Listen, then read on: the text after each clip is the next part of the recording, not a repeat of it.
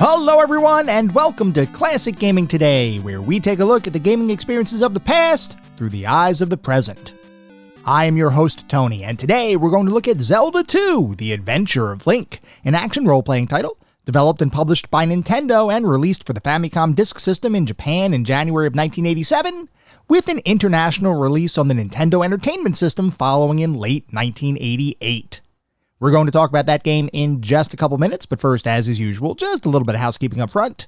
As always, I am excited to be here. I hope all of you are as well. If you'd like to reach out, let me know how I'm doing, provide feedback, comments, suggestions, or just talk about classic games and technology in general. I would love to hear from you, and there are a few ways you can reach out. I have an X account with the handle @ClassicGamingT. I have an email address, which is classicgamingtoday@gmail.com, and we have our Discord server. The link is in the show notes. Discord is the best way to get in touch with me and the rest of the community around this podcast. We have a ton of fun out on Discord. We do weekly and monthly gaming challenges, prizes, rewards, discussions. It is all out there. I highly encourage you all to check it out. I also highly encourage you to check out our Patreon. It is patreon.com/ClassicGamingToday. If you want even more Classic Gaming Today goodness, including a Patreon exclusive bi-weekly podcast expansion pack, patreon.com/ClassicGamingToday is where it's at. I'd also like to give a shout out to our Pantheon patrons. They are ISO, Rich Senewal, David Morton, Sam Twardowski, Sean Oliver, and Maximus Marshall, Steve Novoselic, Wendell Jr., Chris Snowden, The Bay 101, Toucan Sam, Christopher Fose, Grayor, Snatch Bandicoot, NYC Lewis W., Martin Steiner, Melody Octavia, and Marek. Thanks to our patrons for supporting the show. Thank you all for supporting the show.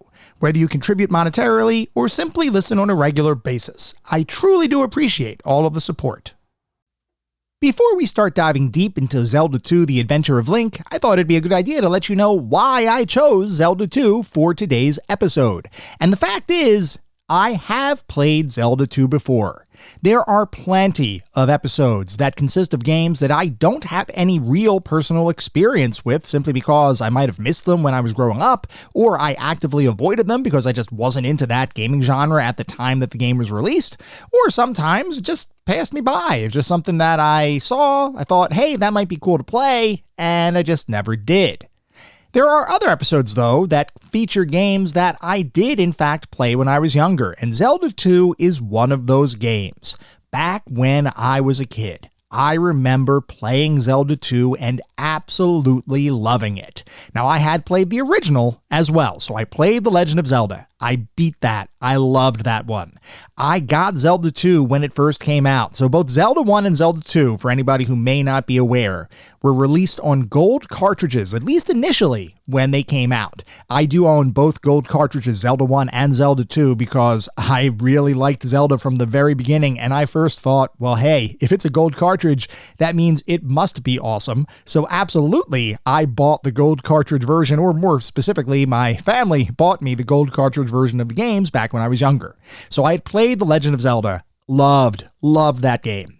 Got Zelda 2, put it in my system, and wait a second, this is different. That was my first reaction when I put Zelda 2 into my NES back when I was younger. I thought to myself, well, hey, this doesn't really look like The Legend of Zelda. It's very, very different. It's a side perspective scrolling kind of thing. I can actually jump. What is this? That wasn't the way it was. That wasn't the way it used to be in The Legend of Zelda. Now, granted, Zelda 2 was only the second Zelda title, so you might argue that there really wasn't a formula yet for Zelda or Link games. But regardless, when you put Zelda 2 in your system for the very first time and you're expecting more Legend of Zelda and you get something that feels very different, your immediate reaction is going to be, hey, this is different. Regardless of it being very different than the original game, though, I simply loved it. I played it for hours upon hours. I loved it. I beat it, and I really enjoyed it. Now, back then, while the game was somewhat challenging, I never really thought of it as a super difficult NES kind of experience. There are plenty of games on the NES that truly do earn the moniker of being Nintendo hard. Zelda 2, from my perspective, at least back when I was a kid, I didn't really think it was all that challenging. I mean, there was a good amount of challenge. It wasn't what I would consider an easy experience, but it was one of those games that I just played off and on for a couple hours here, a couple hours there over the course of probably a couple months. Because, back then when you were kids, or when we were kids and we had all the time in the world to do something and to play something, it didn't feel like you were spending hours and hours and hours playing something because you just did it. You might play a game over a month or 2 month period, spending a couple hours or an hour or two each time, and it didn't feel like you were spending that much time with it. It was just your game. Because back then we didn't have as many games as what we do today. We didn't have as much choice. So when you got a game, you really focused on that game. It really didn't feel odd to play a game. So I don't remember exactly how long I played it back then, but I played it a bunch and I never really thought it was overly challenging. It had a great level of challenge and I loved everything about it pretty much, from the level up system to the enemies to the new mechanics that were introduced with this one over the original Legend of Zelda. I just thought it was a really well-balanced design experience. Now, that was my memory from back when I was a kid. Over the years since then, and I have not played Zelda 2 appreciably ever since I was a child, but over the years, I've read different articles about Zelda 2, and certainly Zelda 2 is one of those games that has had a lot of discourse surrounding it because Zelda 2 was dramatically different than the original Zelda. It still, even today, represents probably the biggest deviation from what would become the Legend of Zelda formula in the entire Legend of Zelda series, putting aside things like Breath of the Wild and Tears of the Kingdom, which took the series into a fully realized open world 3D kind of environment. But putting that kind of stuff aside, which is just general evolution in terms of modern gaming, Zelda 2 is very different than many of the Zelda titles that already exist within that franchise. Over the years, there's been a lot of discussion about that, and one topic keeps coming up around Zelda 2: The Adventure of Link: the belief that Zelda 2 is super hard. You can look up nearly any video. You can look up nearly any post. You do a search for hard NES games, and Zelda 2 will appear on that list of hardest NES titles. A lot of internet personalities have gone out there and they've posted and they've done videos about how hard and how challenging Zelda 2 is.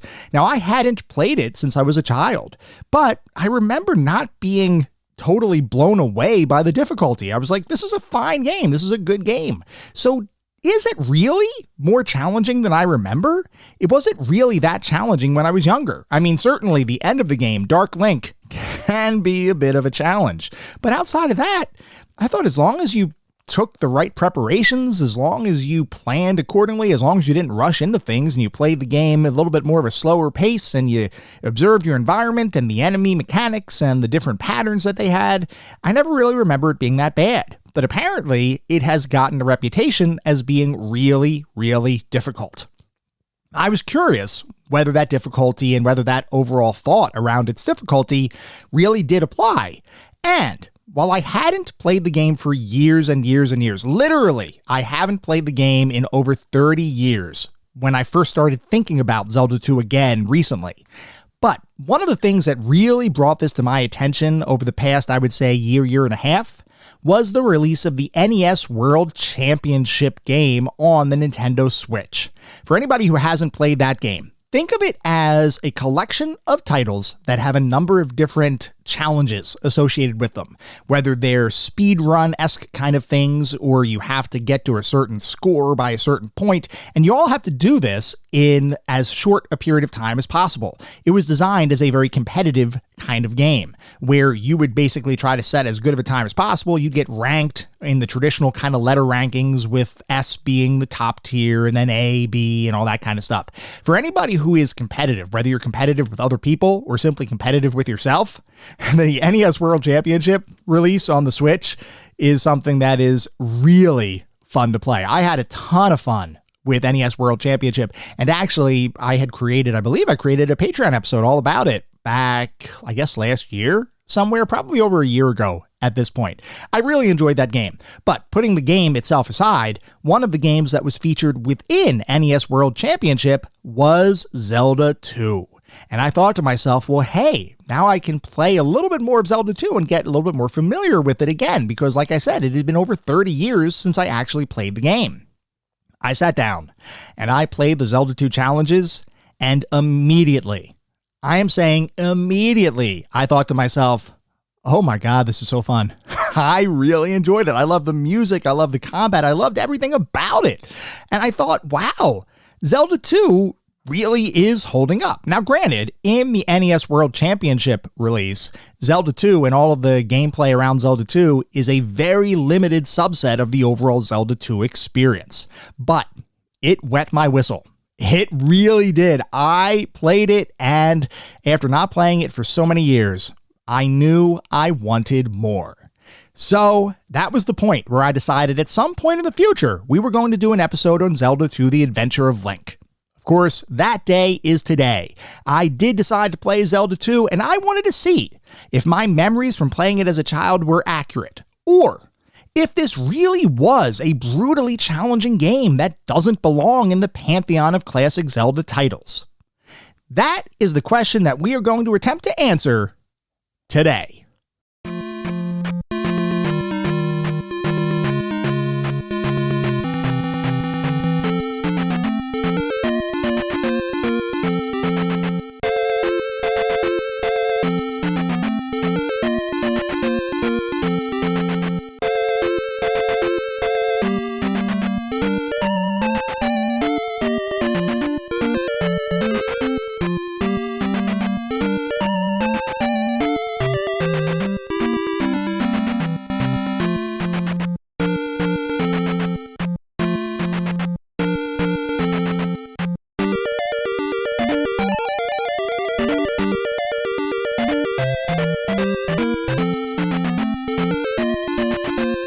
Zelda II: The Adventure of Link is an action role-playing title, developed and published by Nintendo and released for the Famicom Disk System in Japan in January of 1987, with an international release on the Nintendo Entertainment System following in late 1988.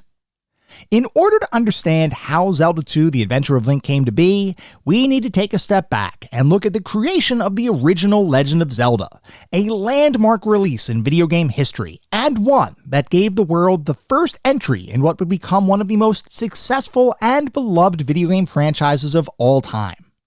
Longtime listeners may recall that we actually covered the original Legend of Zelda a couple years ago, so part of the history we're about to talk through will be familiar, because, well, history is history. But it's always good to have a little bit of a refresher before we get to the main focus of our discussion today, which is, of course, Zelda 2.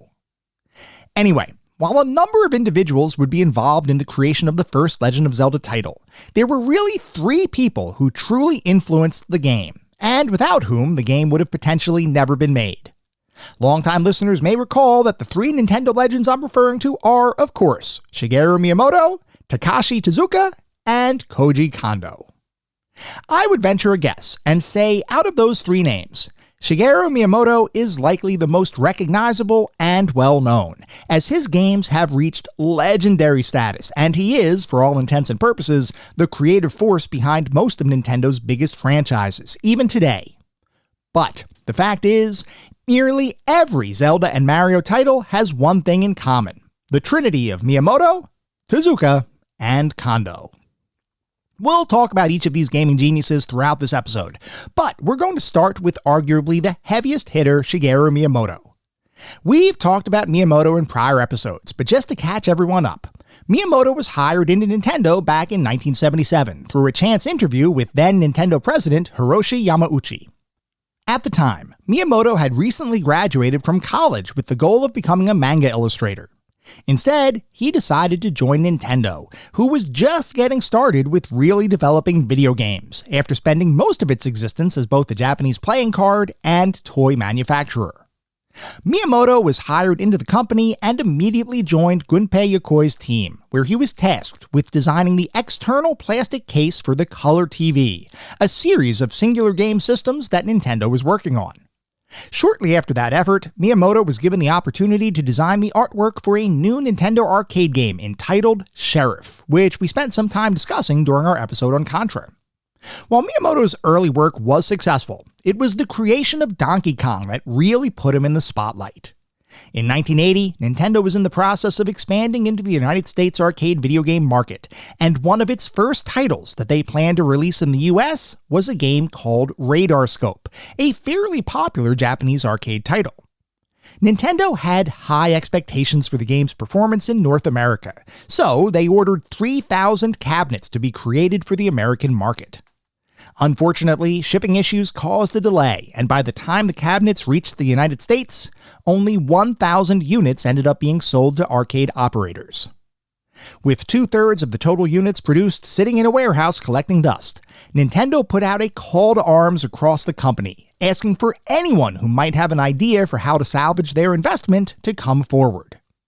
Miyamoto ended up pitching an idea for an arcade cabinet conversion, changing the unused radar scope units into a new game focused on a mustachioed adventurer who had to save a damsel in distress from a rampaging ape. That game was, of course, Donkey Kong, and would go on to turn a potential loss of millions of dollars into a $280 million profit by 1982, the equivalent of $830 million if adjusted for inflation. With that success, Miyamoto became a star, and he would go on to work on a number of other arcade titles for Nintendo, as well as some of the earliest games for Nintendo's Famicom 8-bit home console, which had been released in 1983 to the Japanese gaming market before making its way to various other territories in the years that followed.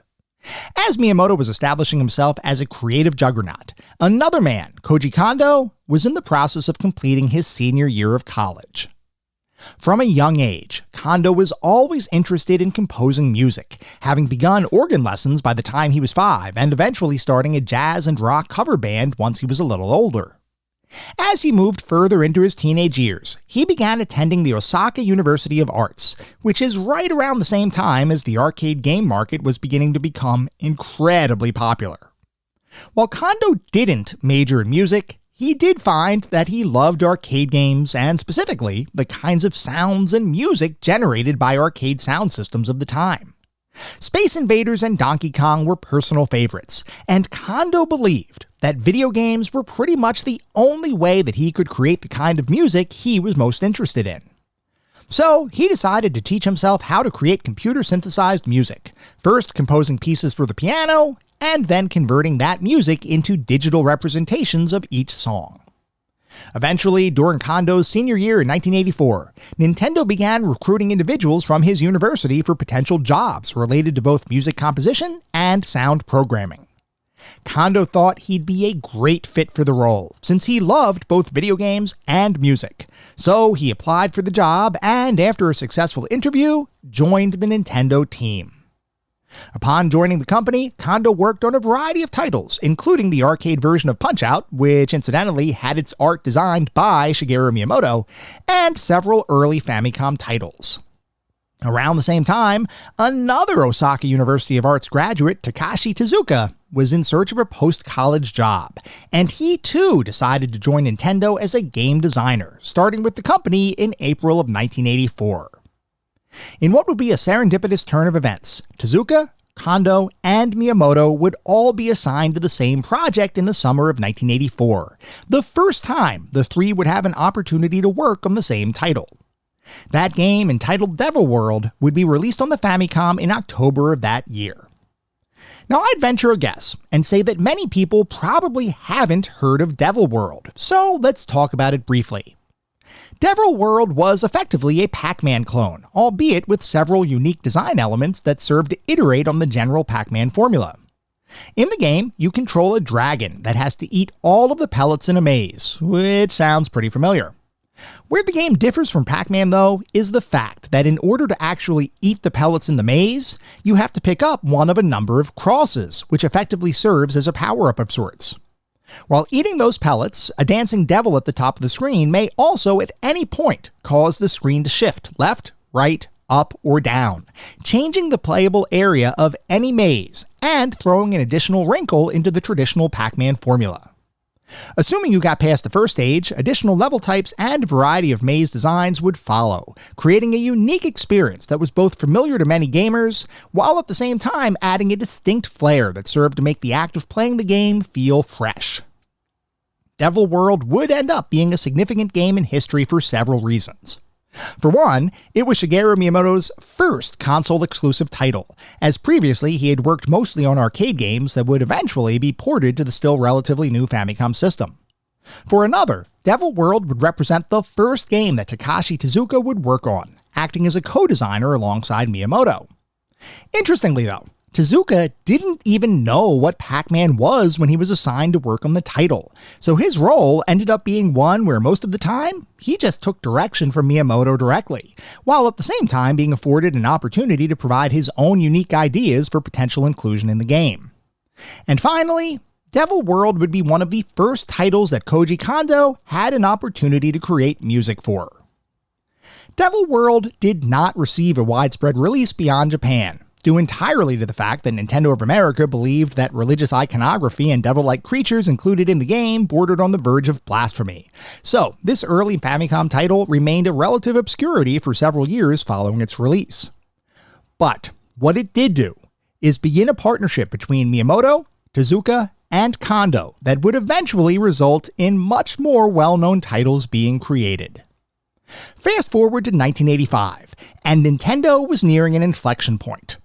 For the last several years, they had been working on creating games for their Famicom system, and over that period of time, the team learned a lot about what made a good game, as well as how to best use the capabilities of their 8-bit system.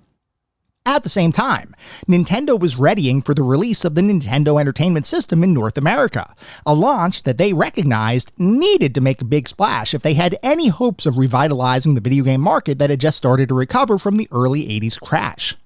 Furthermore, in Japan, the company was preparing for yet another launch, an add-on peripheral for the Famicom called the Famicom Disk System, which would use cheaper cost floppy disks to both provide additional storage capabilities over the traditional cartridge format while at the same time addressing chip shortages that were prevalent due to the sheer demand for Nintendo titles by gamers and retailers alike.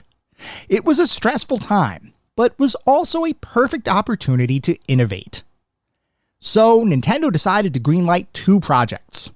One would represent the pinnacle of current game design, taking all of the lessons learned over the last several years and distilling all the best parts of prior games into a single title that would effectively serve as the perfect representation of what the cartridge-based format would be capable of, and would hopefully act as a system seller for the forthcoming North American NES launch. The other project would represent the future of game design, utilizing the capabilities of the soon-to-be-released Famicom Disk System to create an expansive world beyond what current cartridges would be capable of, and would, for the first time, allow players the ability to save their progress without the use of a complex password system. The first cartridge-based game that we were just talking about would eventually become Super Mario Bros., while the second Famicom Disk System game is what would eventually become The Legend of Zelda. Bringing both games to life would fall to the same team, with Shigeru Miyamoto directing, Takashi Tezuka designing, and Koji Kondo composing, along with others providing support for the underlying programming and art creation. Interestingly, the development for Super Mario Bros. And The Legend of Zelda would effectively represent two sides of the same coin, with each title being designed in such a way that ideas that didn't make sense in one game would almost certainly work in the other. In fact, during the development of the two games, the team would often bin their ideas into two categories, literally labeled Mario Ideas and Zelda Ideas, with Miyamoto acting as the final judge as to which game each idea would be applied to. Perhaps the most notable example of this kind of decision-making was related to the overall structure of each game. It should be said that Miyamoto, as you might expect, had a grand vision for each title. His goal with Super Mario Bros. Was to create a very linear experience, where every action that a player took was effectively sequential, and the game would even begin introducing the player to various core mechanics in an almost friendly, hand-holding kind of way.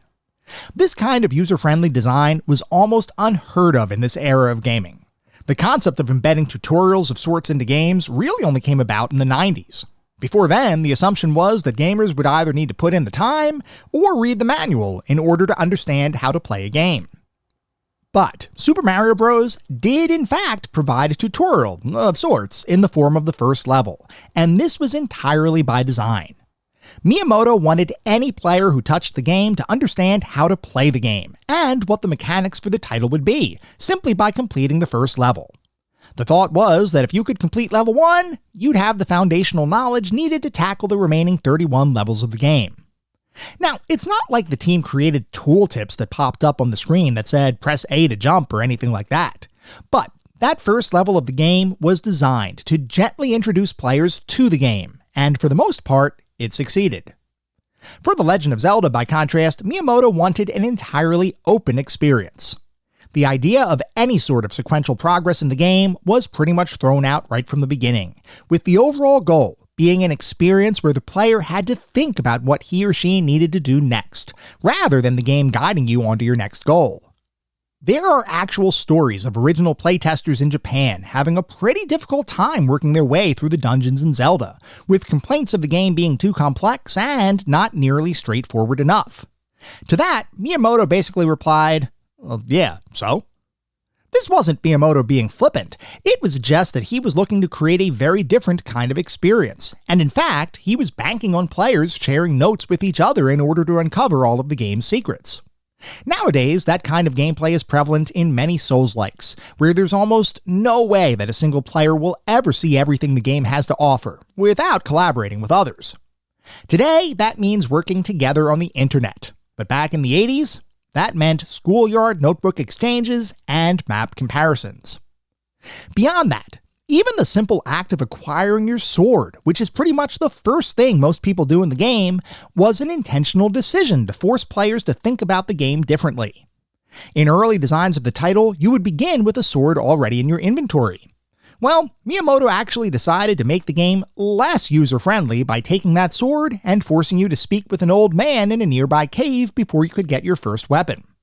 If someone failed to go in that cave at the very beginning of the game, well, I don't think it would have ended all that well. Though apparently there is a way to beat the game without picking up a sword. I just don't know why you would want to do that. So clearly, even though the same team was working on both titles, Mario and Zelda were intended to be two very different experiences.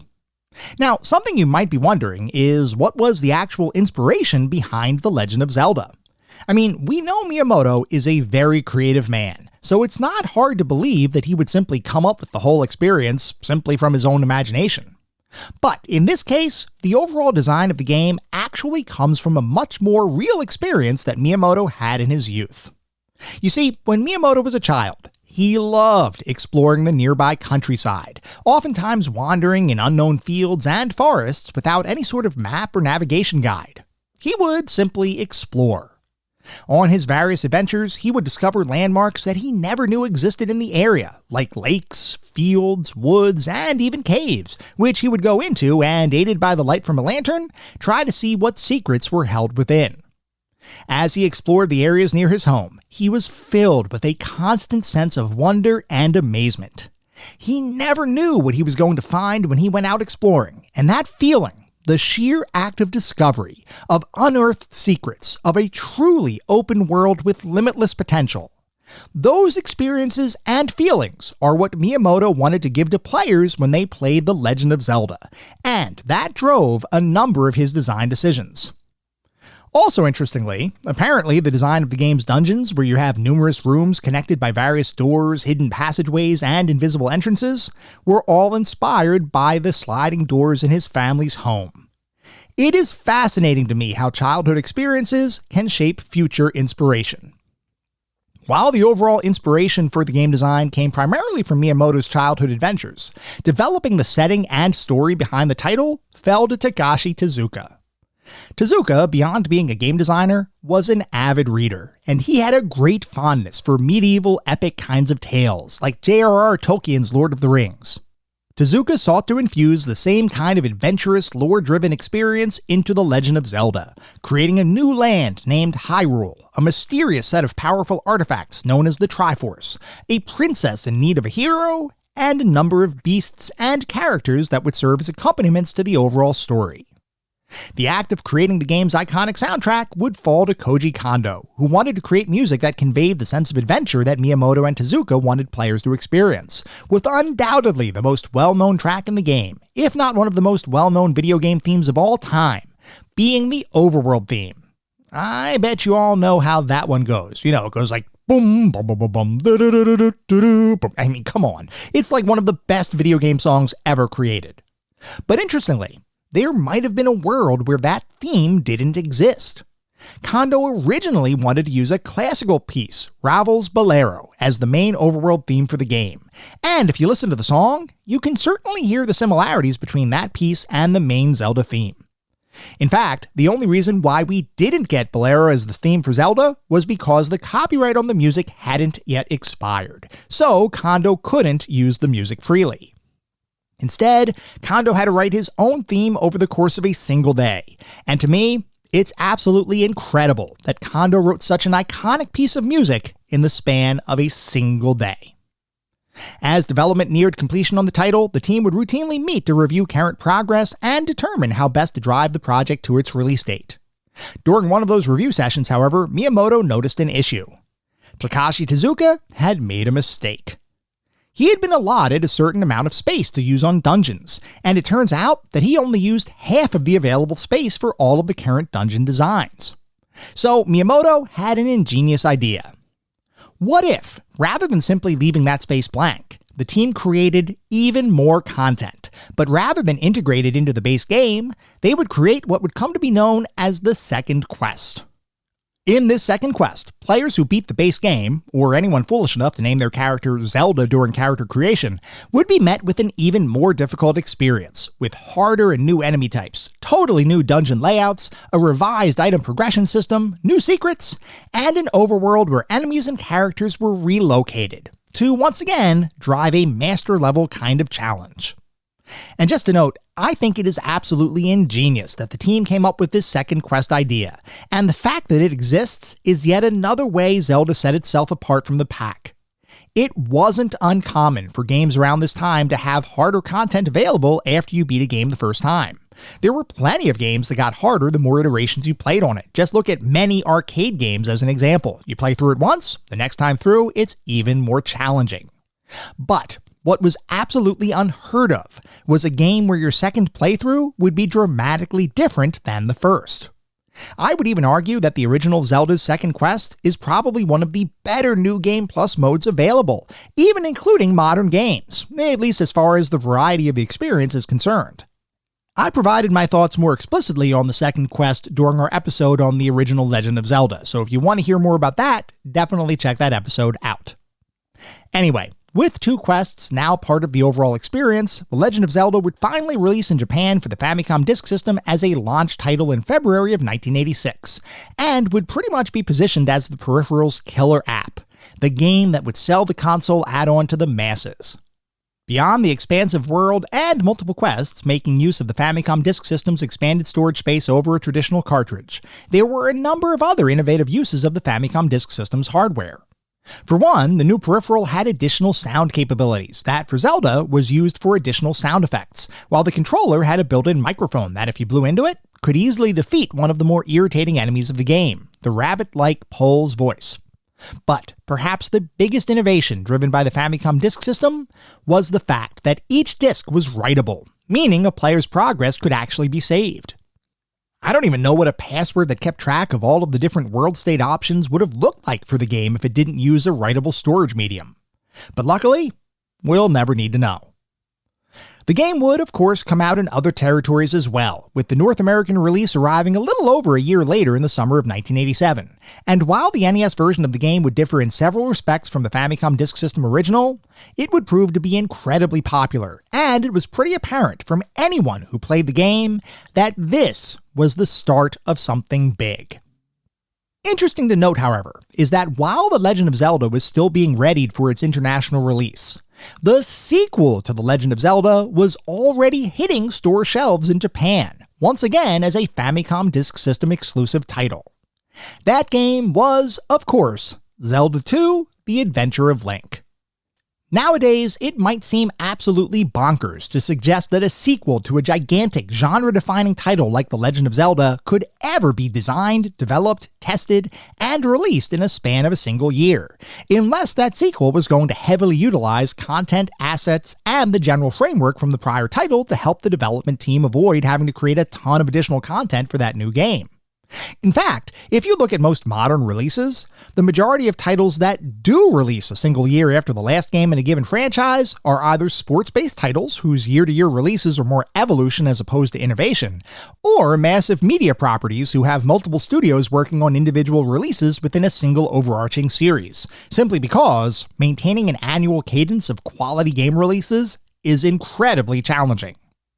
But if you look back in history to a time when games were somewhat simpler, storage space was more limited, and innovative gameplay mechanics had to drive sales more so than whiz-bang graphics and symphonic audio soundtracks, it becomes much more common to see game releases coincide much more closely with each other. Which is why, when Zelda II was originally announced for the Famicom Disk System shortly after the first game in the series came out in Japan, it wasn't quite as much of a shock as what you might feel today if a similar situation occurred with another well-known video game franchise. Now, of course, at the time Zelda II was announced, the Legend of Zelda series hadn't yet cemented itself as an actual franchise, because it was, at the time, only one game. And the Legend of Zelda formula, which implemented what would eventually be considered iconic mechanics and features that future Zelda titles would almost all inherit from in some capacity, wasn't yet something all that well defined, once again because it was just a single game. So, when Shigeru Miyamoto decided to set off to create Zelda II, and he decided to do that with an entirely new development team other than his creative partner Takashi Tezuka, and he wanted to create an entirely different style of game than its predecessor, and he wanted to accomplish a successful release less than 1 year following the release of the Famicom Disk System version of the original Legend of Zelda, it didn't necessarily seem like it would be a huge issue. There was definitely some risk there, but given Miyamoto's talents, both the Nintendo leadership and the game-playing public had faith that Zelda II would be as big of a hit as its predecessor was, at least in Japan. Because, like I mentioned a little bit ago, at the time Zelda II was being made, the first Zelda title hadn't even released internationally yet. Nintendo knew the Japanese game-playing public loved the first title, and they were hoping that they would enjoy its forthcoming sequel as well. International expectations were still a little bit up in the air, but there were high hopes, even prior to the first Zelda title's release, that Miyamoto and the team were onto something, and that this could perhaps become a major franchise opportunity for Nintendo. Despite hoping for a franchise to spawn around The Legend of Zelda, Miyamoto and Tezuka set out to create Zelda II with the underlying goal of making it as different as possible from the first title in the series. Gone was the tops-down perspective of the original game, replaced instead with a side-scrolling two-dimensional view of the game world, other than the overworld itself, which was now traversable via a separate map-like screen as opposed to being relegated to a grid-based view of the world. Instead of being forced to stay bolted to the ground, as was the case in the original Legend of Zelda, Zelda II would include platforming elements where players could jump around the battlefield, leap across bottomless pits, and climb to various heights in a number of different locations. Combat would be similarly upgraded, where the addition of jumping and other movement-based mechanics would add a significant amount of depth to the game, especially in comparison to the first title's relatively limited moveset of slashing in one of 4 directions, or potentially using one of several different items to augment your combat abilities. And underpinning all of these changes would be the addition of RPG-styled mechanics, where your character, Link, could gain experience points, level up different attributes like health, magic, and strength, and gain new skills. While Zelda II wouldn't be quite as deep of an RPG-like experience as other more traditional role-playing games like Dragon Quest, which incidentally was the title that Miyamoto was most influenced by when he added these RPG mechanics to the game, it was still a dramatic departure from the much simpler gameplay stylings included in The Legend of Zelda.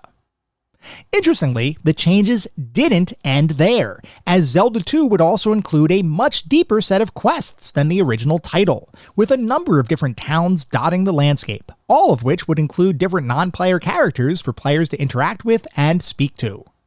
And, unlike the first Zelda game, and something I found potentially a little shocking, the composer for Zelda II's music would not be Koji Kondo, as he would be replaced by Akito Nakatsuka, another Nintendo composer who interestingly had worked side by side with Kondo while working on Devil World several years prior. While I'll relay my own opinion on Nakatsuka's musical contributions in comparison to Kondo's prior work a little bit later, suffice it to say, the Zelda series has always been known for its stellar music, and Zelda II, being a part of that series, certainly contributes to that musical heritage. Anyway, despite the huge number of changes being built for the game, it would in fact take Miyamoto and the team less than 1 year to create Zelda II: The Adventure of Link, and it would release for the Famicom Disk System in Japan of January of 1987. Upon its release, Zelda II would, like its predecessor, be both critically acclaimed and commercially successful, with many publications considering Zelda II to be one of the best games of all time, a worthwhile evolution over the original Legend of Zelda, and most likely, yet another landmark release in gaming history that would likely influence future Zelda titles, and countless other games for years to come. With such a successful launch, it would only be natural for Nintendo to release Zelda II internationally, and despite the fact that the first Legend of Zelda title hadn't even been released internationally yet at the point Zelda II hit Japanese store shelves, the team began working on porting the game from the Famicom Disk System to the cartridge-based Nintendo Entertainment System, with the goal of releasing The Legend of Zelda in summer of 1987, with Zelda II following in early 1988. Unfortunately, though, those plans couldn't quite be achieved, though the reason those plans fell through had nothing to do with Nintendo or its staff. Instead, that delay was driven by economics. In this case, I'm not talking about out-of-control costs or inflation or consumer market shifts. No, in this case, I'm talking about the simple concept of supply and demand.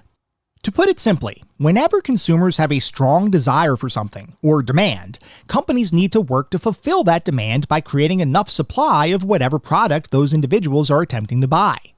And in the late 80s, the tech industry was booming, with countless new gadgets, toys, electronics, and video games making their way to the market. Demand for this new wave of technological marvels was incredibly high, and under normal circumstances, companies would ramp up their supply of the underlying components and circuitry required to meet that demand. Unfortunately, that's not exactly what happened. Back in 1986, a semiconductor trade pact had been signed between Japan and the United States, intended to allow United States chip manufacturers to compete more closely with Japanese companies, who up to this point had pretty much dominated the market. While I'm not going to go into all of the details behind the signing of that agreement, the end result had unintended consequences, driven largely by the fact that Japanese companies slowed down their production of the chips needed for many technology products to be created, while US companies failed to enter the market and ramp up their own production as originally promised, both of which led to a massive chip shortage across the entire tech industry in 1988. And one of the companies hit by that chip shortage was none other than Nintendo, who ended up having to delay several high-profile international releases, most prominently Zelda II and Super Mario Bros. 3, simply because there weren't enough memory chips available to create the number of cartridges needed to fulfill expected demand for their hot new titles. This shortage, luckily, was relatively short-lived, and Zelda II: The Adventure of Link would eventually release internationally in late 1988, at which time it was met with the same critical and commercial success as the Japanese version of the title, eventually selling over 4 million copies worldwide, and being named to countless publications and gamers' best games of all time lists. Interestingly, Nintendo used the time between the Japanese and international releases to refine and improve the game, mostly by adding several quality-of-life features, as well as sprucing up the graphics in the game's dungeons and game over screens. Nothing truly dramatic was changed between the two versions of the title, but there were enough improvements made to the game that, from my perspective, the international NES release of Zelda II is probably the version of the game you want to play as opposed to the Famicom Disk System original, should you have a choice between the two. Anyway, many of the changes Zelda II introduced into the Zelda formula would become standard additions to future games, like Link's Magic Meter, the expansion of non-player character quests, more fleshed out and expansive towns and villages, and several recurring characters that would become iconic in their own right through their inclusion in future Zelda titles. What would not become a standard part of the Zelda formula was the side-scrolling action platforming style of gameplay, with Zelda II being the only time that gameplay style was included in an official Nintendo-developed Zelda title. Interesting to note is that 2 of the 3 Zelda titles released for the Philips Compact Disc Interactive or CDI system would employ similar gameplay mechanics, though Nintendo has all but disavowed those games from ever having existed. So, from an official perspective, Zelda 2's unique gameplay deviation from what has become the traditional classic Zelda formula remains a standalone effort that Nintendo has never decided to revisit again, despite how big the Legend of Zelda franchise has become over the years, with over 170 million copies sold as of this recording since the very first Legend of Zelda released on the market in 1986. That, my friends, is a lot of rupees. Whether you personally appreciate the way Zelda 2 attempted to innovate on the original Zelda formula, or you consider it the black sheep of the Zelda gamography, the fact is that Zelda 2: The Adventure of Link still maintains a special place in the overall pantheon of Zelda titles. And as I sat down to begin playing the game for this podcast episode, I was curious. Could Zelda 2 still hold up today and reinforce my original feelings from when I played the game back in the late 80s? Or is this an example of Nintendo not quite hitting the mark, despite the best efforts of their talented and creative staff of developers and designers?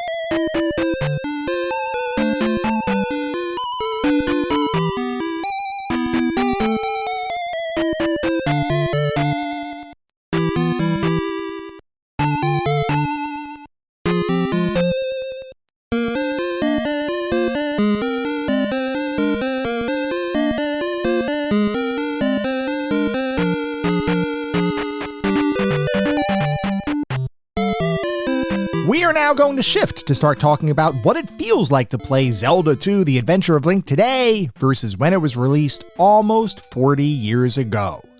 So, the first thing to recognize, and we talked about this a little bit earlier, is that Zelda 2 is very much not like Zelda, the original Legend of Zelda, in many ways. Yes, it is a Zelda title, and there are certain staples that come along with being a Zelda title. But, like we talked about, Zelda 2 was made during a period of time where the Zelda formula was not yet truly a formula. There had only been a single game released at the point that Zelda 2 was created. So there were a lot of things that weren't instantiated as the standard, so to speak, within a Legend of Zelda game. So a lot of what we talk about today is going to be talking about why Zelda 2 stands on its own, separate and apart from the Legend of Zelda, and what changes that it made that worked, and what are the changes that may not have worked. We'll talk through that now as we go through our deep dive into what it feels like to play Zelda 2. So the first thing to mention is that world navigation within Zelda 2 is very, very different than The Legend of Zelda. In The Legend of Zelda, you effectively had an overworld to explore, and you went through different screens that made up the pieces of that overworld. You would go to different biomes and environments, you would go to sandy beaches and craggy mountains and foresty forests, I guess. But you would go all around, and as you were navigating the overworld, you were basically fighting enemies as you went. The overall gameplay of exploring the overworld in the original Legend of Zelda was the same as exploring a dungeon in The Legend of Zelda. It was just you were at the overworld versus in a dungeon. Zelda 2 mixes things up a little bit, because as you navigate around the world, you're not actually actively navigating that world, meaning you're not going from screen to screen. Instead, you are navigating an actual overworld map. As you move around the map, you see the way Hyrule is laid out, and you can go to different areas within that overall map, and you can, similarly to The Legend of Zelda, you explore different biomes, but the way this works is you wander this map, and there are certain points of interest that you can find on that map, whether it's a town, a dungeon, a cave, or whatever else. And of course, entering those points of interest will then shift the gameplay into the more direct kind of action RPG-ish gameplay that forms the staple of what Zelda 2 really is. But overall navigation is definitely different. Interestingly, as you navigate that overworld, you could potentially be facing some random enemies. It's almost similar in some ways to an RPG, and you can kind of see how that Dragon Quest kind of mentality comes through here, because as you're walking around the overworld, the map, you may get attacked by a number of enemies. If that happens, you will transition into a separate screen depending on where you were. So if you're in a forest, you're going to transition into a forest action stage. If you're or in a desert, you're going to transition into a desert action stage. So there's still the concept of having all of these different environments. It's just that the overall navigation of the world is done via more of an overworld map as opposed to navigating the world directly. Now, like I mentioned, as you encounter either enemies in the overworld or you go into different points of interests like dungeons or towns, your gameplay will shift. You'll change from a tops-down world map kind of view of the game into a side-scrolling platform action kind of experience. This is the biggest change, this overall mechanic of switching to a two-dimensional side-scrolling action platform kind of gameplay mechanic. That is the biggest shift, and the one that has earned Zelda II the most, I'll say, notoriety, so to speak, because it is so different than The Legend of Zelda. The Legend of Zelda, all of its gameplay was kind of that tops-down, action-ish, adventure kind of gameplay. Zelda 2 does away with all of that. You will not have a tops-down action kind of experience. It is all side perspective action platform gameplay. And you might be wondering, well, how does that work? Does it really hold up in comparison to the traditional Legend of Zelda formula? We're going to talk all about that. We're actually going to talk very much in detail about what that feels like to actually experience. And really, one of the main feelings that you'll get as you play the game, or one of the main ways you'll feel this change, is in the combat system.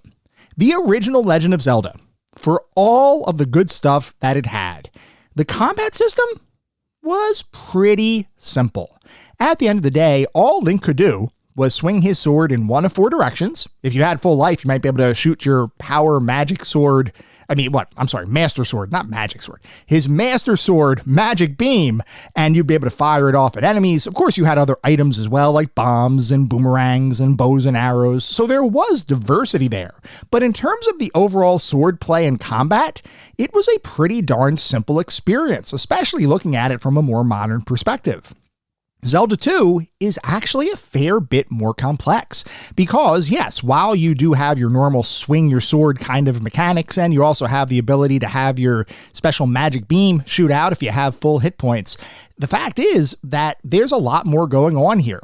You have your shield, which of course was part of the original Legend of Zelda as well, but because you're now in a side-scrolling kind of perspective, you have the ability to duck and jump, which adds, you wouldn't think that it would add so much to the overall combat gameplay experience, but it really does. The fact that you can jump over projectiles or jump over an enemy while you're trying to fight them, or the fact that you can duck to deflect a projectile that might be fired towards your feet as opposed to just standing there and having everything deflect if your shield is facing the right direction. The depth of the combat in this game is dramatically more deep. It's dramatically deeper than what The Legend of Zelda was. And I gotta say, I really enjoyed this new take on Legend of Zelda combat. And that's not even to mention all of the special skills, spells, and other things that come along with Zelda 2. As an example, in Zelda 2, and this is one of the things that was probably most famous about the game, it introduced the ability to do a downward thrust with your sword. You can jump over an enemy, do a downward thrust, and pogo on top of their head. You can even stay in that position and literally pogo stick on top of their head with your sword thrusting down. That is something that became very popular amongst other platform action kinds of experiences. Zelda 2 was one of the first to actually implement that kind of feature. There's also a skill that allows you to thrust upwards with your sword. And if anybody has ever played the Super Smash Bros. Series, you'll see a lot of the moves in Super Smash Bros. Are actually inheriting movesets from Zelda 2 because the original Legend of Zelda didn't have that. Any of the more tops-down-ish kind of Zeldas that followed, like Legend of Zelda: A Link to the Past, didn't have that. You might have a little bit more of that when you get into the 3D Zeldas like Ocarina of Time, Majora's Mask, and of course, certainly today with Breath of the Wild and Tears of the Kingdom and all that kind of stuff. But the traditional 2D kind of Zelda experience doesn't have any of these moves. These moves happened first in Zelda 2, and they became incredibly influential as the Zelda series and other spin-off series would continue to develop. So the overall combat feels really good to play. The other thing to keep in mind is that as you play, you actually gain experience points and you can level up both strength, magic, and life. Those are the 3 categories of things that you can level up. Now, as far as how much impact you get for leveling these up, it's not a huge impact. I mean, certainly being able to defeat enemies faster is a good thing. Certainly having more hit points and more magic points to be able to cast spells. We haven't even talked about spells yet and how that can change the whole combat or the whole feel of combat, because spells can. Not only do you have offensive spells, but you also have defensive and utility spells. You can cast a jump spell, which lets you jump even higher, which makes it so that you can jump over nearly any enemy in the game, or maybe set yourself up for a cool pogo position that otherwise you wouldn't be able to do because you can't jump high enough. The combination of these spells and the overall change to the combat mechanics is actually really effective in Zelda 2.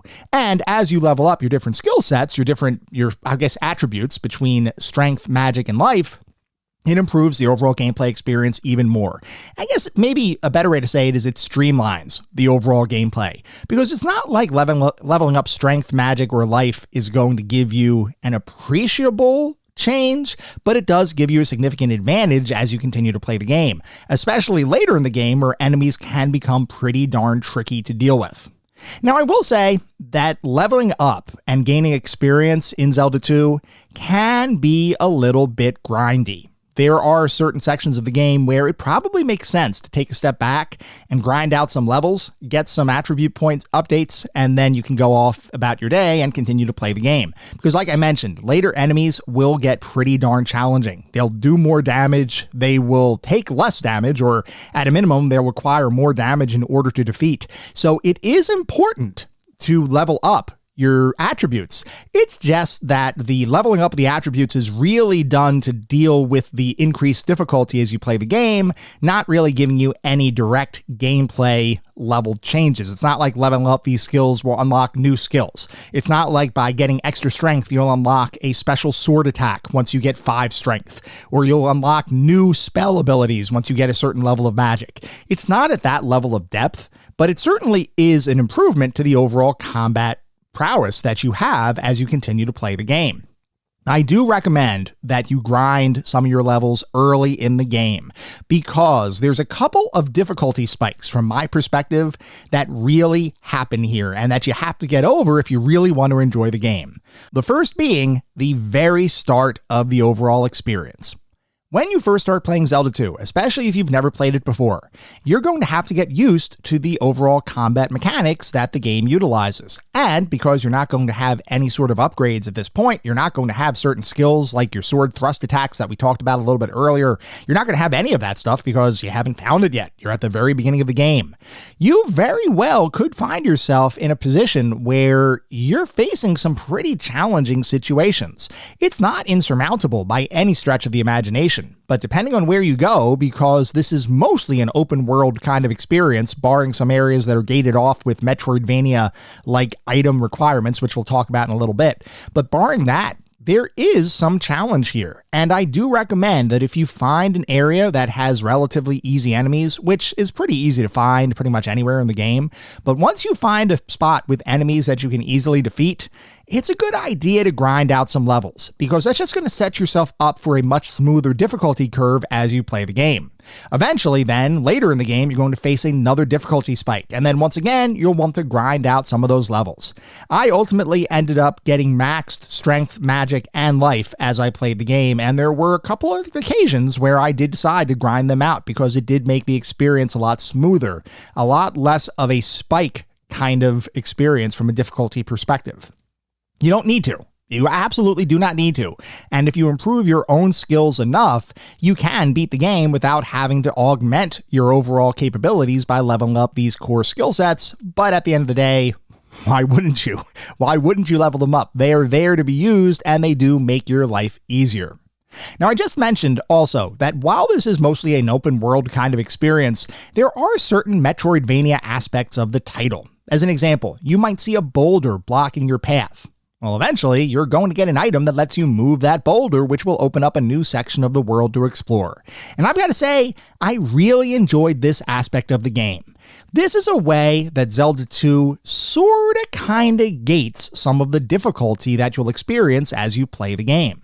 Because if you don't have that item, if you can't get that item that allows you to move that boulder, well, it probably means that you're not well equipped enough or you don't have the skills necessary to really be successful in that next area of the game world. At the same time, I really appreciated the fact that most of the game truly is an open world feeling kind of experience. If you can see it, you can navigate to it. And it's not like a true open world RPG like a Skyrim kind of experience. It's not nearly that deep. But you really can walk pretty much anywhere, and because of the random nature of the enemies that you can encounter, you can technically have a battle on any tile within that game world. And occasionally, there are actually secrets hidden that are completely invisible that you would never know unless you walked over that particular tile in the game world. And I absolutely loved that aspect of the game. At the same time, I will say that this style of secret hiding, which is basically literally secrets, there's no signposting pretty much anywhere for a lot of this overall secret kind of gameplay or secret areas, that's a function of the time that the game was created in. Back then, developers didn't really hide secrets in ways that were easily findable. They didn't leave breadcrumbs in different towns. I mean, to a degree, there was some of that in here, but some of the secrets were just literally secrets. You would have to stumble upon them or hear about them from somebody else who might have stumbled upon those secrets. Same kind of thing you could see in The Legend of Zelda, the original one, where who knows why when you burn a certain bush, there'd be a set of stairs that would lead down to something else. That secret was just a secret to be found just randomly by people playing the game and trying different things out. Zelda 2 has a lot of that stuff as well, and because of the size of its world, it actually feels even more secret-laden than what the original Legend of Zelda was, and I certainly appreciated that. And speaking of that overall size of the world and general exploration, Zelda 2 feels pretty darn massive. There are tons of side areas to explore. There are a bunch of different towns and NPCs with actual quests to undertake. Now, these quests are pretty darn simple. You're not going to get multi-step quests with tons of different events that you have to work through and deal with. A lot of them are very straightforward and very simple kinds of experiences. But this still represents an evolution beyond the original Legend of Zelda. And the fact that there were quests in this game at all that required you to do some extra steps in order to get certain items or to unlock certain areas was a nice bonus. There are also some riddles and puzzles to solve. This is not what I would consider a brain-heavy experience. There's not going to be a ton of riddling here. There's not going to be a ton of puzzles that you need to decipher, but there are some here, and I did appreciate their inclusion. Some of those puzzles are found or actually lead you to hidden areas and secrets like we were just talking about. But the fact of the matter is, this is not a puzzle game. This doesn't have nearly the level of puzzling that you'll see in other Legend of Zelda titles that would follow, but it's still kind of there a little bit, and I really did enjoy the fact that it was included in the game. The one piece I do want to mention, and we were talking a bunch about combat earlier, but something I didn't mention that just adds to the overall feeling of size that the game has, is the fact that there are a ton of different enemies in this game, with a bunch of different mechanics that you have to learn, and a ridiculous number of patterns that you need to memorize if you really want to be proficient at the game's combat. This is one of those kind of games where you could be wandering different areas and there are a bunch of different enemies that you'll have to encounter, and you really do have to learn what their weaknesses are. Some enemies will appear invulnerable when you first start attacking them, simply because you don't have any way to actually attack them. You have no way. You hit them with your sword and it kind of clinks off their armor. It's like, well, what do I do now? And then you figure out, oh, I've got to jump and swing my sword at the right time to smack them on the head. Or maybe I got to pogo this enemy because they have a weakness in their head. Or maybe I've got to wait for the enemy to try to jump over me, and then I'll thrust upward with my sword. The fact that there are all of these different enemies, and the fact that there are all these different combat abilities you can get as you play the game, really does lend itself to the fact that combat here is pretty darn deep. Certainly deeper than what you would expect if you just said, hey, I'm playing the second Legend of Zelda or the second Zelda title ever created. The other aspect that we didn't talk about yet, but certainly plays a role in the game, are the dungeons, the palaces in this instance. These are the dungeons within Zelda 2, and they're pretty darn big, and they have secrets to uncover within them themselves.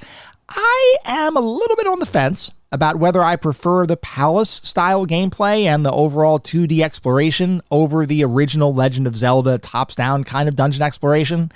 I think I probably prefer the palaces in Zelda 2 over the dungeons in Zelda 1, simply because the palaces feel a little bit more dynamic. There are elevators that go to different levels, and because it's all side-scrolling as opposed to tops-down, you really do feel the sense of expansiveness within these dungeons that are in Zelda 2.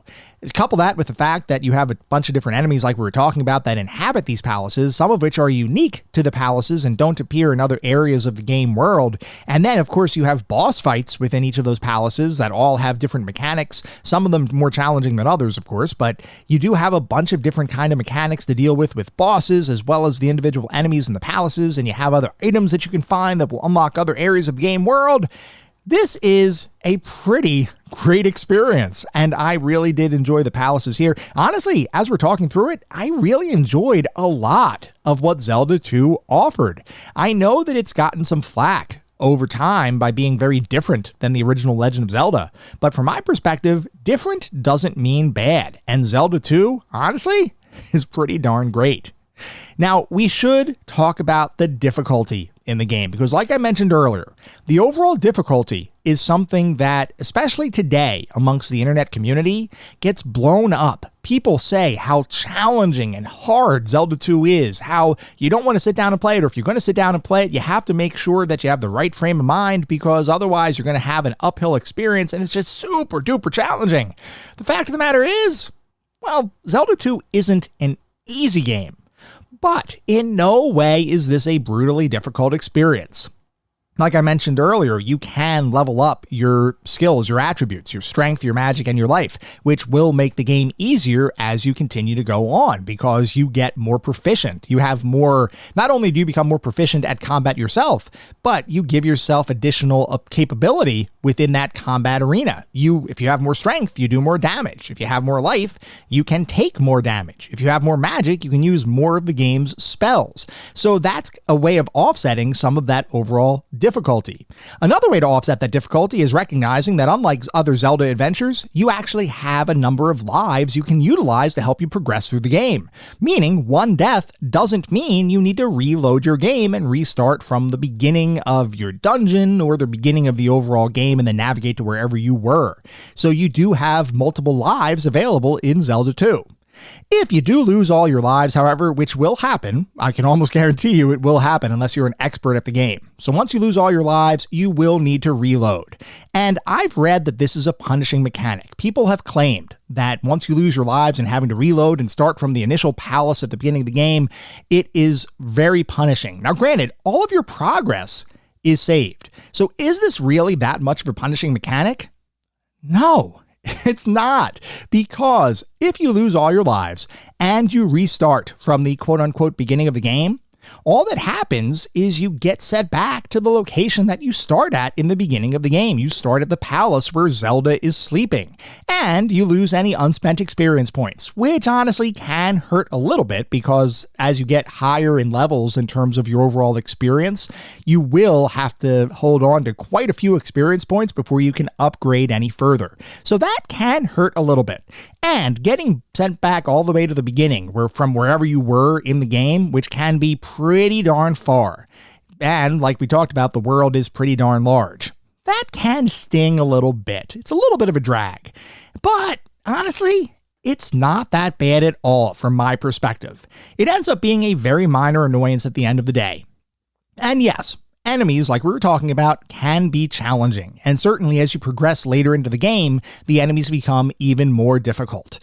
But almost every single enemy, if not every single enemy, does have a weakness. And once you figure out that weakness, or a pattern that you can use to your advantage, you can almost guarantee you'll be able to beat that enemy the next time you face them. I will say that some enemies can be annoying the very first time you face them, like many armored knights, which, like we were talking about before, you start fighting them and you might think these are invincible. But even they can be defeated easily once you know the trick to hitting them, and how to bait them into the move you want to execute, because you do have to do a little bit of baiting here in order to make sure you can actually get enemies in a position where you can execute the move that ultimately is their weakness. The bottom line here is that Zelda II is actually a really well-balanced, challenging, but not too hard experience. And pretty much every aspect of that experience is something that I personally enjoyed. We're going to talk more about other aspects of the game that I enjoyed in just a couple minutes. First, though, as we always do, we need to take a look at the back of the box, because, as you all know, I love looking at the back of the box for these games. I love learning how different companies marketed their titles, especially in the era of gaming that we typically look at. Back then, we didn't have a pervasive internet. We didn't have YouTube with gameplay videos that we could look up. Back then, when we made a buying decision, it was often based off of word of mouth from family and friends, reviews we may have read in magazines, and what the box actually looked like sitting on the store shelf. Did the front of the box make the game look cool? If so, we'd pick it up. Did the back of the box make the game sound cool? If so, we might purchase it. If not, back on the shelf it would go. So, for Zelda II, The Adventure of Link, for the NES, the back of the box says, The Adventure of Link, the Hyrule fantasy continues. The land of Hyrule is in chaos. As Link, you'll be sent on a treacherous journey to return 6 precious crystals to their origins in 6 stone statues. Only by defeating the guardians of the 6 palaces will you gain passage to the 7th palace, take on the ultimate challenge that awaits you, and awake the Princess Zelda from her sleeping spell. On your way, helpful villagers you encounter will offer clues and secret messages invaluable in your quest. As you guide Link through the levels of Hyrule, close-ups and overviews will enhance your video vision. Are you up to the challenge? In the tradition of The Legend of Zelda, The Adventure of Link is one of the most challenging video games we've ever created. To help you keep up with the action, Nintendo's exclusive Extended Playing Power means Link is programmed to remember everything you find on your journey, so you never have to start your search empty-handed. And then there are a couple of screenshots from the back of the box, one of which shows a setting in a town with Link talking to one of the characters in that town, another showing the overworld where Link is navigating and a few random enemies are about to attack him, and I have got to say, yep, this one sells me on the game. It definitely does. The other fact that sold me on the game was that, like I was mentioning before, this did originally release on a gold cartridge, and I am a sucker for that, so I absolutely bought The Adventure of Link when it first came out.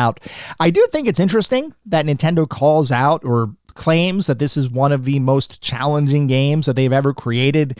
I think this was more to do with the size of the game and the overall length of the game, because right after they mentioned that, they talk about the fact that this game can actually save your progress. That's what they meant by the Nintendo Extended Playing Power thing.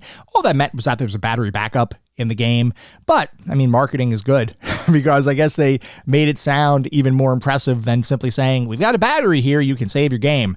But regardless, overall, this box definitely sells me on the overall experience, and it did sell me back when it first came out on the NES because I absolutely bought it, I own it, I still own that precious gold cartridge even today. Anyway, we're going to start talking about the more specific aspects of the game, and we're going to start by talking about the graphics. Zelda II has awesome 8-bit styled visuals. There is such a diversity to the combat environments and the enemies that you face. It is a super diverse experience. The towns and palaces, by contrast, can occasionally feel a little bit samey, with palette swaps effectively being used to compensate for the lack of storage available to have truly unique locations. But regardless of the fact that palette swaps are used in certain spots, the game still looks great. Even the overworld map looks good, despite the zoomed out nature of the view. You can very clearly tell what kind of environment you're walking through, and when you encounter an enemy and that same exact environment forms the foundation of the battlefield that you'll now be fighting on, it really does feel pretty immersive. Animations, meanwhile, are smooth and all make sense. Enemy movement is fluid and really does help with the fact that you have to realize and recognize different patterns and exploit those patterns as you fight different enemies.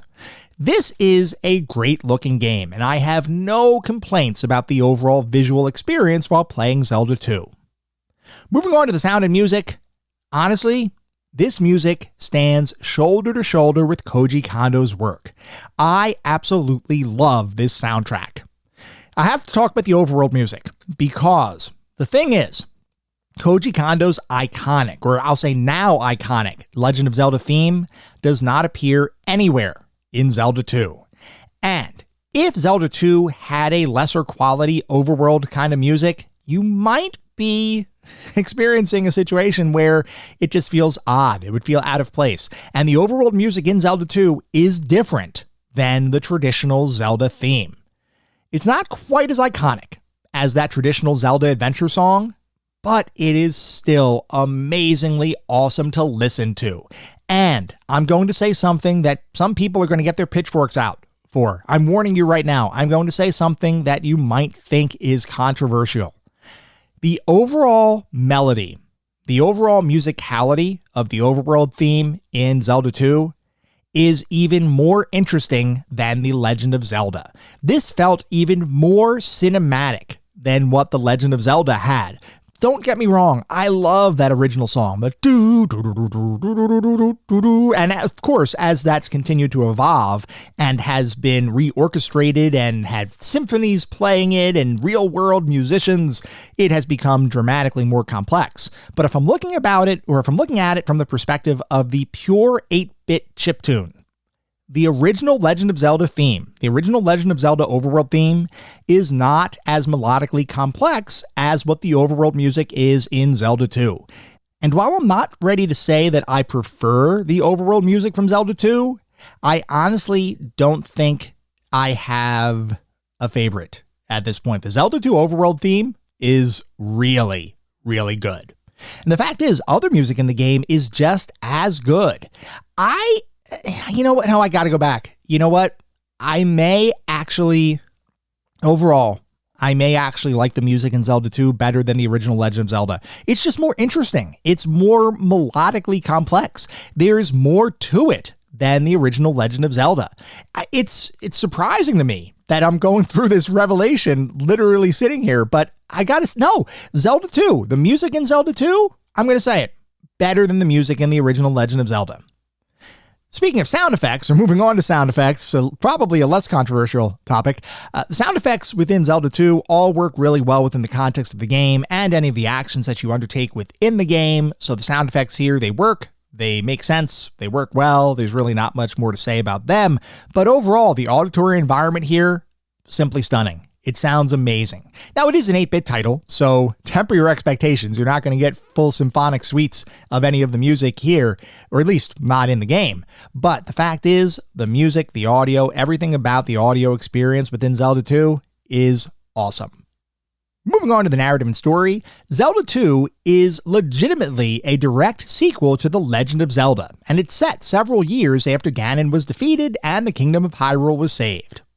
One day, Link notices a strange mark on the back of his hand, which, as you might expect, is a sign that he is effectively the Chosen One, a hero that has long been written about in various prophecies. It turns out that a long-sleeping princess named Zelda, though interestingly not the same Zelda from the first game, has been cursed, and only Link can save her, which will require putting 6 different crystals into statues scattered across the in-game world, protected in a number of dungeons inhabited by all manner of creatures and beasts. Link sets off on his journey, while at the same time, the minions of Ganon seek out Link to attempt to kill him, as if they can get some of Link's blood and sprinkle it onto Ganon's ashes, they can potentially bring their Dark Lord back to life. It is up to you to defeat Ganon's forces, break the curse on Princess Zelda, and awaken the courage that lives within yourself. So the bottom line here is I love the story. I just love it. I mean, it's pretty much par for the course for a Zelda adventure, but there's a reason why this type of story works every single time you pick up a Zelda game. It is timeless, it is classic, and it makes sense. No complaints here at all. Moving on to the gameplay and controls, we already talked a fair amount about at least the general framework, structure, and gameplay within the game, so we're not going to rehash all that here. The fact is, the controls are pretty simple at a glance, with your D-pad used to move you around, your A button assigned to jump, which, like I mentioned before, is very different than the traditional Legend of Zelda 2D formula, because in the original game, and even in later 2D Zelda games, you cannot jump. And you also have your B button that you can use to swing your sword. Meanwhile, your select button will bring up the list of spells that you currently have available to cast. And like we were talking about a little bit, you will acquire different skills or different spells as you play the game. Each of those spells have different levels of utility or offense or defense associated with them. They are definitely usable throughout the game. There are some that need to be used in very specific situations, almost like an item or a gate-kept kind of Metroidvania thing, where if you don't have that particular spell, you're really not going to progress later in the game. But most of the spells do have some additional utility beyond its main use. Now, beyond that though, beyond those simple controls, there is extra complexity here, and we alluded to this a little bit earlier. There are different button combinations that will execute different moves. Just as an example, when you jump over an enemy, if you press down on your control pad, you'll execute a downward thrust pogo-like move, which does feel awesome to use and can be really useful against certain enemies. That's assuming you have found that skill as you've played the game, because if not, that down press will not do anything. You won't actually be able to pogo on enemies at all. There are Beyond that one, there's other similar moves included in the game, and just the act of adding the ability to duck, jump, and swing your sword at different height levels does a ton to make combat feel dramatically more complex than the original Legend of Zelda. I had mentioned this, the complexity of the combat here, it's not deep in comparison to a modern game, but there's a lot to like here. It really does make the game feel more dynamic. And I didn't even really go into too much depth with the boss fights yet. I mentioned them a little bit, saying, hey, they exist and they have all different interesting mechanics. But the fact is, every single boss fight is really good. Even the final fight against Dark Link, which is admittedly a pretty challenging experience. And I think that a lot of people that complain about the challenge of the game are pretty much focusing a lot on that Dark Link fight, because that is a pretty challenging encounter.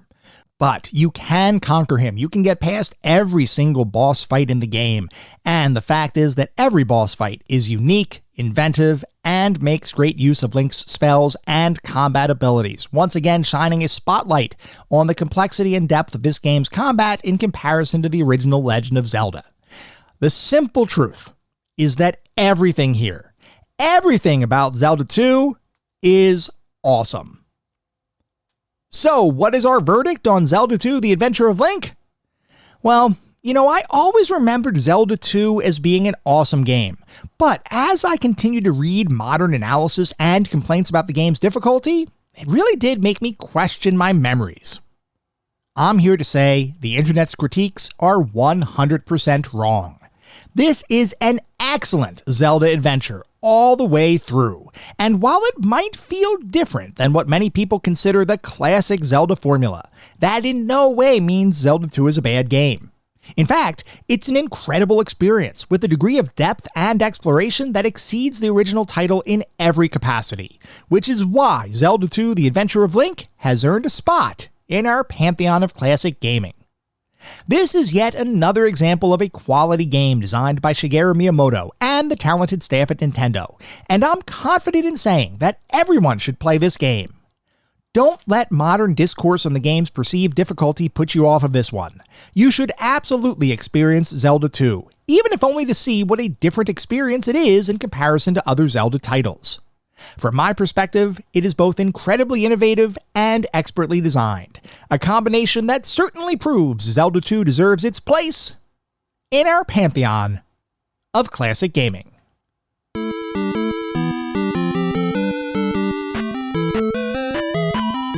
It is now time for this week's gaming challenges, and they are, of course, all focused on Zelda 2: The Adventure of Link. Your first challenge, worth a single coin, is to simply level up one time. We had talked about the fact that there is a level up system included within Zelda 2. If you can get a single level, you will earn 1 coin. Your second challenge is to defeat your first palace. There are 6 palaces scattered throughout the game, with a 7th final palace. If you can defeat just one of them, you will earn 2 coins. And then finally, your third challenge worth 3 coins is to find your second out of 4 heart containers. There are heart containers in Zelda II: The Adventure of Link, which does improve your overall hit points. If you can find 2 out of the 4 scattered throughout the game, you will earn 3 coins. As always, post proof of your accomplishments out on the CGT Gaming Challenges channel over on Discord. Good luck! You're going to need it. That was our episode on Zelda II: The Adventure of Link. I hope you all enjoyed listening to it as much as I enjoyed creating it. If you'd like to reach out, let me know how I'm doing, provide feedback, comments, suggestions, or just talk about classic games and technology in general, I would love to hear from you, and there are a few ways you can reach out. I have an X account with the handle @ClassicGamingT. I have an email address, which is classicgamingtoday@gmail.com, and we have our Discord server. The link is in the show notes. Discord is the best way to get in touch with me and the rest of the community around this podcast. We have a ton of fun out on Discord. I highly encourage you all to check it out. I also highly encourage you to check out our Patreon. It is patreon.com/ClassicGamingToday. If you want even more Classic Gaming Today goodness, including a Patreon-exclusive bi-weekly podcast expansion pack, patreon.com/ClassicGamingToday is where it's at. Before we sign off for the week, I do want to mention that our next episode is going to be our Shareware Showdown, our second Shareware Showdown episode. So definitely let me know what your favorite Shareware titles are and get your comments featured on the show. At the same time, I recognize you're likely listening to this podcast on any number of podcast services. And if you would feel so inclined, it would be great if you could leave me a review. This is not about trying to bolster star counts. This is not about trying to harvest a ton of 5-star ratings. Though if that happens, awesome, it means we're doing something right. No, what it's really all about is trying to deliver the best possible podcast I can. The only way to do that is to get feedback from all of you, the listener community, to make sure I'm hitting the mark and delivering the content you all want to listen to. We get new listeners every single day, which is simply amazing. I want to continue to grow this community and continue to make the best possible podcast I can. We'll be back in around a week with our next episode, our second Shareware Showdown. Until then, remember, sometimes the games of the past are just as good, if not better, than the games of today. Goodbye, everyone.